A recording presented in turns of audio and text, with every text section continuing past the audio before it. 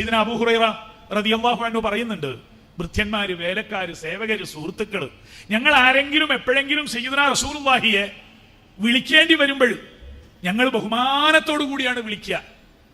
എന്നാൽ ആദരവായ റസൂലുള്ളാഹിയെ ഞങ്ങൾ വിളിച്ചാൽ അവിടുന്ന് ഞങ്ങളോട് മറുപടി പറയൽ എങ്ങനെയാ?